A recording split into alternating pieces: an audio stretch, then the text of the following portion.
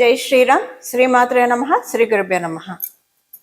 2026 సంవత్సరం ఆషాఢ మాసంలో శుక్లపక్ష ఫలితాలు.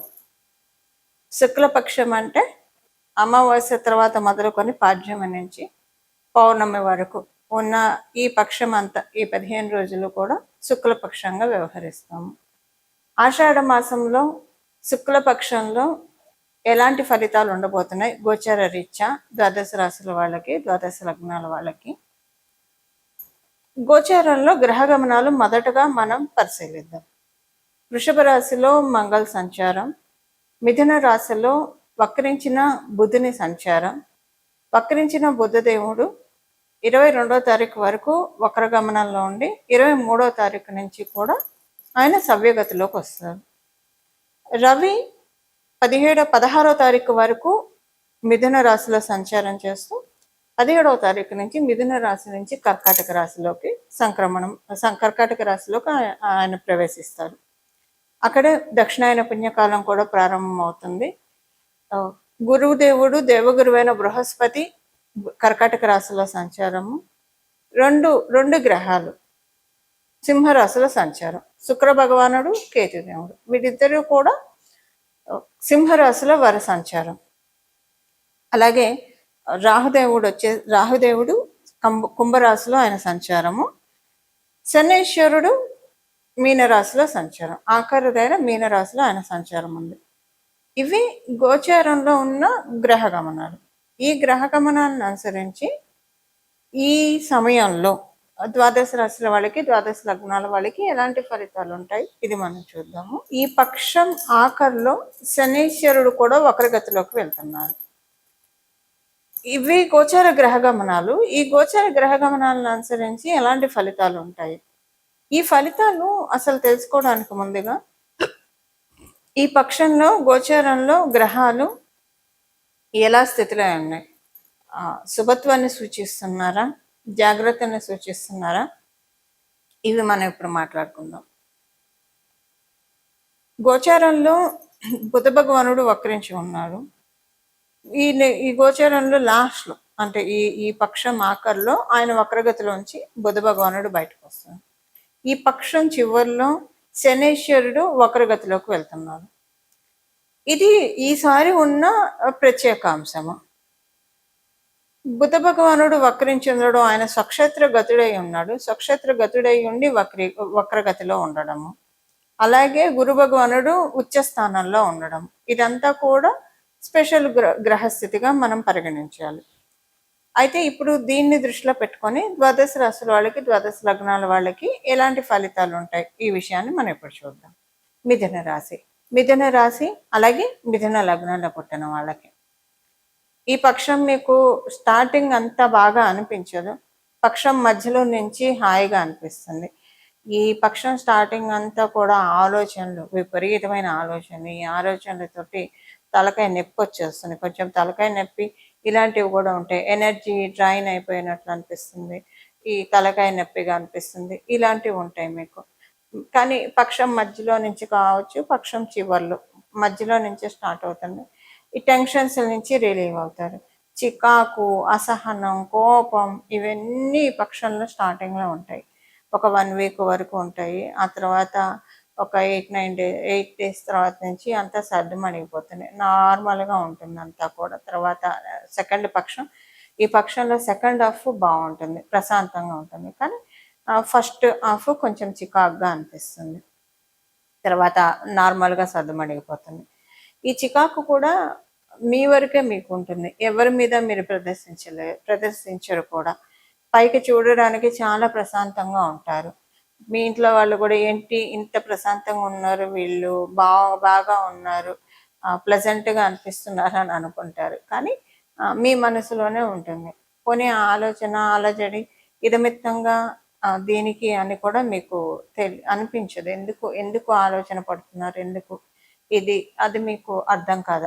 ఆ విధంగా మీకు ఈ పక్షంలో ఉంది.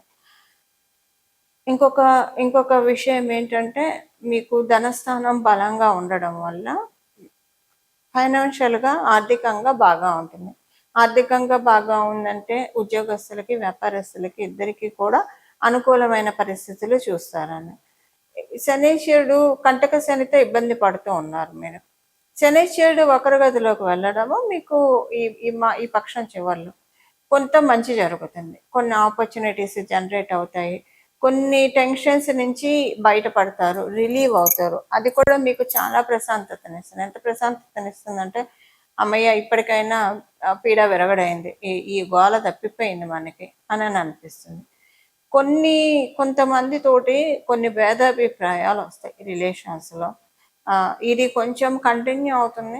ఎస్పెషల్లీ మీకు కనుక ఎల్డర్ సిబ్లింగ్స్ ఉంటే ఎల్డర్ సిబ్లింగ్స్ తోటి భేదాభిప్రాయాలు వస్తాయి. ఈ భేదాభిప్రాయాలు మీకు కొంచెం భారీగానే ఎఫెక్ట్ చూపించే ఛాన్స్ ఉంది. వాళ్ళు మీ మీద దుష్ప్రచారాలు చేయడము ఇలాగా కొంచెం బాధ అనిపిస్తుంది మీకు. ఇంతేనా, ఒకరోజు ఇలా లేకపోతే మాట్లాడకపోతే ఇంతే చేస్తారా, కొంచెం కలత చెందుతారు ఈ విషయంలో. ఆ తర్వాత మళ్ళీ మీకు మీరే స్ట్రాంగ్ అవుతారు. ఒకవేళ మీకు జ్యేష్ఠ సోదరులు అంటే మీకు అక్కలు కానీ అన్నలు కానీ ఉంటాయి, కొంచెం జాగ్రత్తగా ఉండండి. వీలైనంత వరకు సంయమనాన్ని పాటించండి. మీరు ఎంత సంయమనాన్ని పాటిస్తున్నా వాళ్ళు సూటిపోటి మాటలతోటి మిమ్మల్ని ట్రిగర్ చేయాలని చూస్తారు.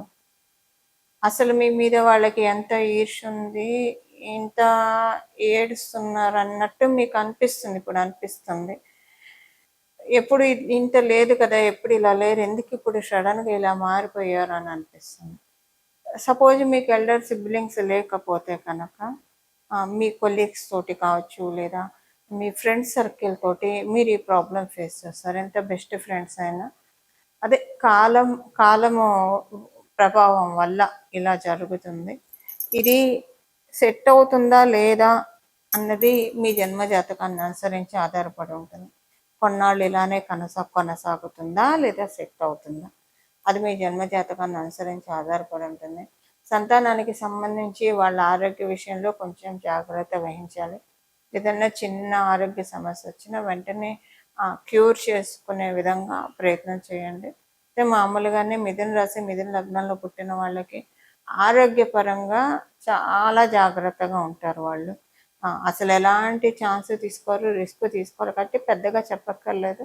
బట్ కొంచెం ఏమరపాటుగా ఉండకండి. పిల్లల ఆరోగ్యం విషయంలో కొంచెం చిన్న ఇబ్బందులు తలెత్తే ఛాన్స్ ఉంది. కొత్తగా ఈ పక్షంలో నిర్ణయాలు తీసుకోవడానికి, ఏదన్నా నిర్ణయాలు ఇంప్లిమెంట్ చేయడానికి, ఆచరణలో పెట్టడానికి అంత పూర్తిగా అనుకూలంగా లేదు కాబట్టి ఈ పక్షం వరకు కొత్త నిర్ణయాలు 1-2 సార్లు ఆలోచించి తీసుకోండి. సెకండ్ ఒపీనియన్ తీసుకోండి. ఇవి ఈ పక్షం యొక్క ఫలితాలు. మిథున రాశి మిథున లగ్నంలో పుట్టిన వాళ్ళకి పరిహారము ఈ పక్షంలో చేసుకోవాల్సిన పరిహారము. ఈ పక్షంలో 2 గ్రహాలు వక్రగతిలో ఉన్నాయి. అంటే ఒక గ్రహం వక్రగతిలోంచి బయటకు వస్తుంది, ఇంకొక గ్రహం వక్రగతిలోకి వెళ్తుంది. అంటే శనీశ్వరుడు వక్రగతిలోకి వెళ్తున్నాడు, బుధ భగవానుడు వక్రగతి నుంచి బయటకు వస్తున్నాడు. ఈ వక్రగతిలో నుంచి బయటికి రావడం ఇది బెనిఫిట్ అందరికీ. మిథున రాశిలో ఉండి ఆయన వక్రగతిలో నుంచి బయటికి రావడం చాలా మందికి బెనిఫిట్. అయితే శనీశ్వరుడు వక్రగతిలోకి వెళ్ళడం కొంతమందికి ప్లస్ ఉంటుంది, కొంతమందికి మైనస్ ఉంటుంది. ఎవరెవరికి ప్లస్ ఉంటుందంటే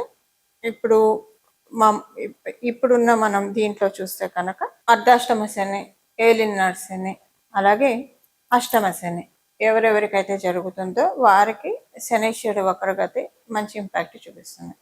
అష్టమ శని ఎవరికి ఉంది? సింహరాశి వాళ్ళకు ఉంది. అర్ధాష్టమ శని ధనుసు రాశి వాళ్ళకు ఉంది.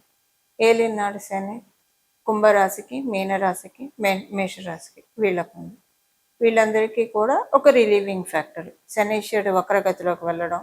ఇన్నాళ్ళు అష్టమ శని వల్ల పడ్డ బాధలు కావచ్చు, అర్ధాష్టమ శని వల్ల పడ్డ ఇబ్బందులు కావచ్చు, ఏలినాడు శని వల్ల చూసిన ఉత్కృష్టమైన పరిస్థితులు కావచ్చు, వీటిలోంచి కొంత రిలీవింగ్ ఫ్యాక్టర్ ఉంటుంది.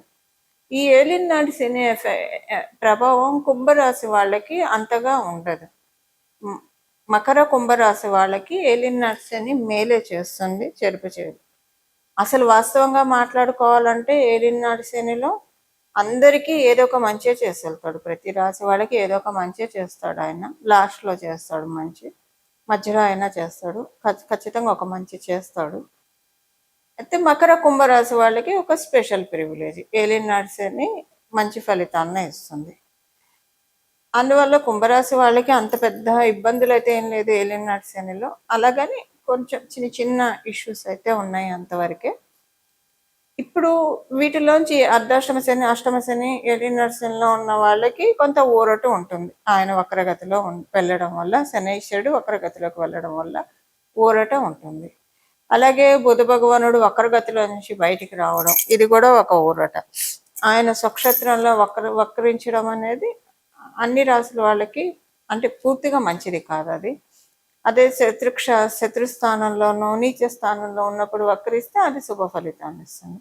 ఈయన వక్రగతిలో ఉంటే ఎవరికి ఎక్కువ స్పెషల్ ఫలితాలు ఉంటాయి అంటే కర్కాటక రాశికి బుధ భగవానుడు వక్రించడం వల్ల కర్కాటక రాశి వాళ్ళకి మంచి ఫలితాలు ఉంటాయి. ధనుసు రాశి వాళ్ళకి, మీనరాశి వాళ్ళకి మంచి ఫలితాలు ఉంటాయి. ఇప్పుడు చేసుకోవాల్సిన పరిహారము ఇదేంటంటే, మీరు అంటే మీకు ఒక ఐడియా ఉంటే కనుక ఒక మంత్రాన్ని తీసుకొని ఆ మంత్రాన్ని అనుష్ఠానం చేస్తూ ఇంకొక మంత్రంతో సంపుటీకరణం చేయడం.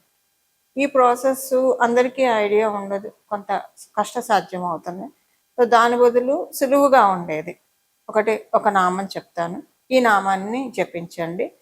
ఈ ఈ పక్షం ఈ నామాన్ని జపించడం వల్ల చక్కటి మంచి ఫలితాలు వస్తాయి. అమ్మవారిని, అయ్యవారిని ఇద్దరిని కలిపి ఆరాధించాలి. ఇద్దరిని కలిపి నామజపం చేయాలి. ఇద్దరిని కలిపి నామజపం చేయాలి. అది పరమశివుడికి, పార్వతికి పరమశివుడికి సంబంధించింది ఒకటి, అలాగే లక్ష్మీ అమ్మవారికి, నారాయణుడికి సంబంధించింది తెలుసుకున్నాం. నమశివాయైచ నమశివాయ, నమశివాయైచ నమశివాయ, నమశివాయైచ నమశివాయ. ఇలా జపిస్తే దుర్గా భవానీ శంకర్లను ఏకకాలంలో ధ్యానించినట్లు. లేదా నమో భగవతే దుర్గా భవానీ శంకరాయ, నమో భగవతే దుర్గా భవానీ శంకరాయ, నమో భగవతే దుర్గా భవానీ శంకరాయ, ఇదైనా స్మరించవచ్చు. అలాగే నమో భగవతే రమా సత్యదేవాయ, నమో భగవతే రమా సత్యదేవాయ, నమో భగవతే రమా సత్యదేవాయ, ఇలాగన్నా చెప్పచ్చు. నమో భగవతే శ్రీ సత్యదేవాయ, నమో భగవతే శ్రీ సత్యదేవాయ, నమో భగవతే శ్రీ సత్యదేవాయ అన్న స్మరించవచ్చు. శ్రీనివాస శ్రీనివాస శ్రీనివాస గోవింద, శ్రీనివాస గోవింద, శ్రీనివాస గోవింద అన్న స్మరించవచ్చు. ఏదైనా మీరు పట్టుకోండి, ఈ నామాన్ని ఈ పక్షం జపించండి. మనసులో మీరు ఇవి నామాలే కాబట్టి ఎప్పుడు దీనికే నియమ నిబంధనలు అంటే ఏమీ ఉండవు. మీరు ఎప్పుడు కూడా సర్వకాల సర్వావస్థల్లో ఈ నామాన్ని జపించుకోవచ్చు. మీరు బయటకు వెళ్తున్నారు, ఆఫీస్కి వెళ్తున్నారు, లేదా ఎక్కడన్నా ఉన్నారు, స్మరించుకోవచ్చు. నిద్ర పడుకున్నారు మంచం మీద, అప్పుడు కూడా నామజపానికి ఎటువంటి తప్పు లేదు, ఎలాంటి నియమాలు కూడా లేవు.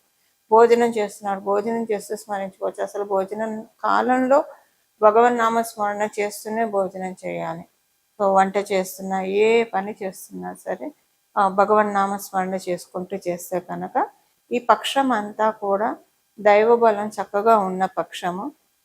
అనుకూలమైన పరిస్థితులు ద్వాదశ రాశుల వాళ్ళే, ద్వాదశ లగ్నాల వాళ్ళకి చూడడానికి అవకాశం కలిగిస్తుంది ఈ పక్షంలో ఉన్న ఫలితాలు ఈ నామజపం ద్వారా.